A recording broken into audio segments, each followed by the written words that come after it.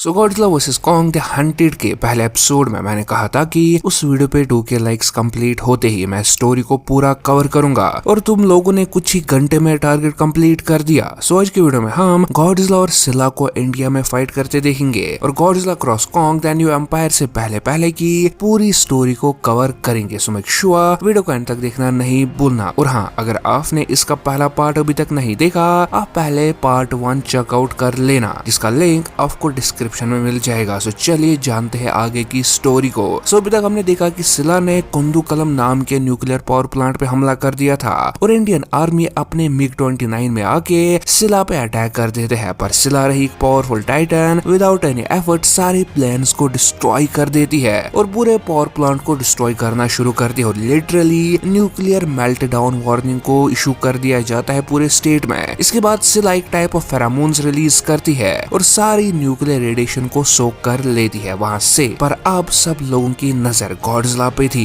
कि गॉडजिला वहाँ आके सिला को रोकेगा। इसके बाद हमें रेमंड मार्टिन के कैरेक्टर का बैकग्राउंड दिखाया जाता है, जहाँ वो कैसे और क्यों एक टाइटन हंटर बना। तो एक्चुअल में बात है 2014 की, जब पहली बार आम लोगों के सामने मॉन्स्टर्स ने अटैक कर दिया और गॉडजिला 1 मूवी के लास्ट बैटल में जो हमें म्यूटोस और गॉडजिला के बीच देखने को फाइट मिली थी, उसमें रेमंड मार्टिन की फैमिली मारी जाती है, पर वो खुद बहुत ही ज्यादा इंजर्ड हो जाता है पर बच जाता है। और उसके बाद ही उसने कसम खाई थी कि वो वर्ल्ड में प्रेजेंट जितने भी मॉन्स्टर्स या टाइटन्स हैं उन्हें मार के ही दम लेगा। यहाँ ध्यान देने वाली बात यह है कि रेमंड मार्टिन एक रिच फैमिली को बिलोंग करता था, इसलिए उसे टाइटन्स को मारने के इंस्ट्रूमेंट्स या बाकी सब खर्चे की परेशानी नहीं उठानी पड़ती थी। बात करें प्रेजेंट की, तो रेमंड और उसकी टीम सिला के एक्शंस को देख रही होती है, जिसपे एक टीम मेंबर कहता है कि उन्हें बनक भी नहीं थी कि सिला गॉडजिला की जगह उस जगह पे अटैक करेगी, जिसपे रेमंड कहता है कि ये तो और एक रीजन है इन टाइटन्स को मारने का। इसके बाद में हमें टीवी पे दिखाया जाता है कि गॉडजिला इंडिया पहुंच जाता है और सिला वाली पोजीशन को चेकआउट कर रहा है, पर सिला वहां से ऑलरेडी जा चुकी थी और गॉडजिला ये सब डिस्ट्रक्शन देख के बहुत ही ज्यादा गुस्सा हो जाता है, क्योंकि सिला गॉडजिला के ऑर्डर नहीं मान रही थी, क्योंकि as we all know Godzilla king of monsters बन गया था और सिला ने भी उसके सामने सर झुकाया था। पर अब सिला गॉडजिला के ऑर्डर के बगैर ही डिस्ट्रक्शन प्रोड्यूस कर रही थी, जिसकी वजह से गॉडजिला का गुस्सा होना तो बनता था। उसके बाद हमें एक हॉलो अर्थ का पोर्ट दिखाया जाता है, जहाँ पे रेमंड बहुत सारा सामान हॉलो अर्थ में ले जाने की तैयारी कर रहा होता है और उसका एक मेंबर कहता है कि हमारे हॉलो अर्थ पहुंचने तक सूट को असेंबल कर दिया जाएगा, जिससे हमें पता चलता है कि रेमंड अपने टाइटन हंटर सूट को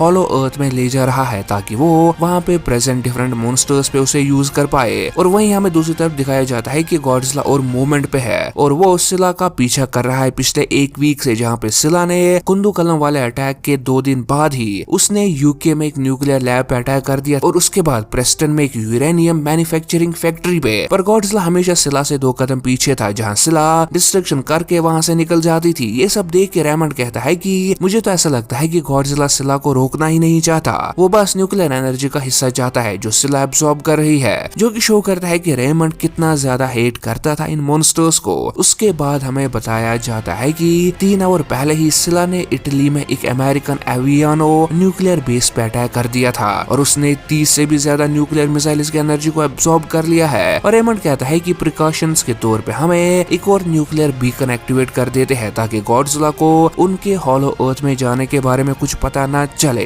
वहीं हमें बर्नी अपने पॉडकास्ट पे गॉडजिला और सिला की सिचुएशन को नरेट कर रहा होता है और पूरा वर्ल्ड ईगरली वेट कर रहा था कि क्या गॉडजिला सिला को इटली में रोक पाएगा या नहीं। अब यहाँ पे 2 थ्योरीज दी जा रही है सिला के इस बिहेवियर के लिए। पहला तो ये तो वो प्रोक्रिएट या रिप्रोड्यूस करना चाहती थी, इसलिए वो इतनी एनर्जी स्टोर कर रही थी, या फिर वो गॉडजिला को टक्कर देना चाहती थी फॉर हिज अल्फा स्टेटस। अब बर्नी के इस कॉमिक पैनल पे हम उसके सामने 2 एक्शन फिगर्स दिखाए जाते हैं। पहला तो सबको समझ आ गया होगा, गॉडजिला का है। वहीं दूसरा एक्शन फिगर के बारे में बहुत कम लोग जानते हैं और ये टाइटनस एम्हुलक है, जिसके बारे में अगर आप और इन्फो जानना चाहते हो तो आपको वीडियो का लिंक फ्लैश करते दिख जाएगा, जिसमें हमने टॉप 10 बिगेस्ट मॉन्स्टर्स इन मॉन्स्टरवर्स पे वीडियो बना रखी है। आप उसे चेकआउट कर सकते हो, जहाँ पर हमने टाइटनस एम्हुलक को बहुत ही डीपली डिस्कस किया है। अब इसके बाद हम देखते हैं कि गॉडजिला इटली के कोस्ट पे पहुंच जाता है। वहीं दूसरी तरफ हमें रेमंड हॉलो अर्थ में दिखाया जाता है, जहाँ वो एक जगह कैंप लगा के अपने सूट में निकल जाता है टाइटन्स को हंट करने के लिए। और हॉलो अर्थ में हमें एक वॉरबैट बेचारा आराम से सोया हुआ दिखता है, जिसपे अचानक से टाइटन हंटर अटैक कर देता है और उसे सिर्फ एक हिट में में मार डालता है। वॉरबैट भी लाइक मुझे क्यों तोड़ा? और रेमंड अपनी टीम से इस वॉरबैट की बॉडी को उठाने के लिए कहता है और वहीं हॉलो अर्थ में हम कॉन्ग को भी देखते हैं जो कि किसी साउंड की वजह से अपने खाने को छोड़ के वहां की तरफ निकल लेता है। वहीं दूसरी तरफ हमें स्कार बेफलो दिखाई जाती है जिसे कि टाइटन हंटर ने मार गिराया है। अब इस टाइटन हंट के दौरान हमें रेमंड मार्टिन के टीम मेंबर्स कहते सुनते हैं कि ये तो कोई हंटिंग नहीं है, टाइटन हंटर या तो कमजोर टाइटन्स को मार रहा है या फिर नॉन एग्रेसिव टाइटन्स को मार रहा है। इसके बाद रेमंड को एक बहुत ही बड़ा फुटप्रिंट मिलता है जिसे कि वो मोनार्क के डाटा में सर्च करता है और उसे पता चलता है कि ये तो स्पाइन प्रॉलर नाम की नई स्पीशीज का फुटप्रिंट है। और रेमंड इस स्पीशीज को हंट करने के लिए निकल पड़ता है और दूर से उसे कुछ साउंड सुनाई देती है जहाँ पे वो बहुत तेजी से अटैक करने के लिए जाता है। बट जैसे ही वो वहाँ पहुंच जाता है तो उसे स्पाइन प्रॉलर स्पीशीज के 2 कब्स मिलते हैं, पर रेमंड उन पे भी अटैक करना शुरू कर देता है। पर तभी बीच में इन कब्स की मामा स्पाइन प्रॉलर आके टाइटन हंटर से फाइट करना शुरू कर देती है। वहीं दूसरी तरफ हमें सिला को दिखाया जाता है जो कि इटली के शहर रोम को डिस्ट्रॉय कर रही थी और लिटरली रोम के 2000 पुराने मॉन्यूमेंट्स को डिस्ट्रॉय कर रही थी। पर तभी वहाँ पे गॉड्जिला आ जाता है और दोनों आमने सामने आ जाते हैं और एक दूसरे की तरफ चार्ज करते हैं। वहीं हॉलो अर्थ में रेमंड टाइटन हंटर से बहुत सारे मोन्स्टर्स को मार रहा था कि इस सब पे कॉन्ग की नजर पड़ जाती है और वो टाइटन हंटर की पोजीशन की तरफ निकल पड़ता है जहाँ पे टाइटन हंटर मामा स्पाइन प्रॉलर के साथ टो टू टो फाइट कर रहा था।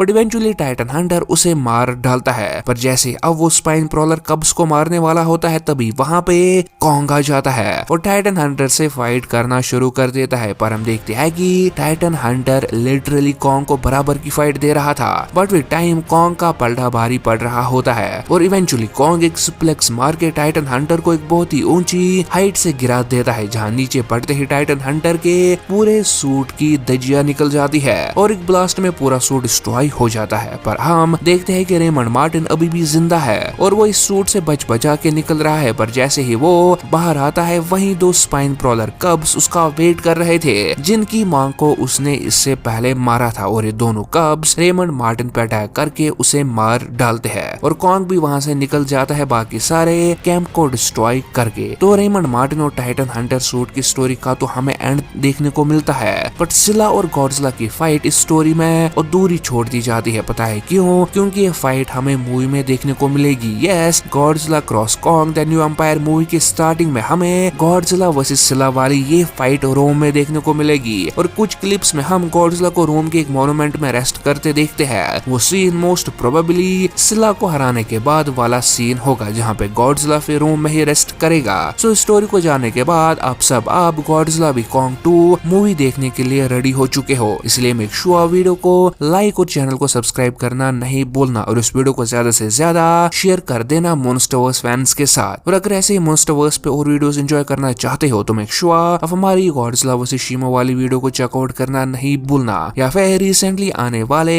टीवी स्पोर्ट्स का ब्रेकडाउन भी हमने ऑलरेडी कर रखा है जिसे आप राइट वाली वीडियो पे क्लिक करके एंजॉय कर सकते हो।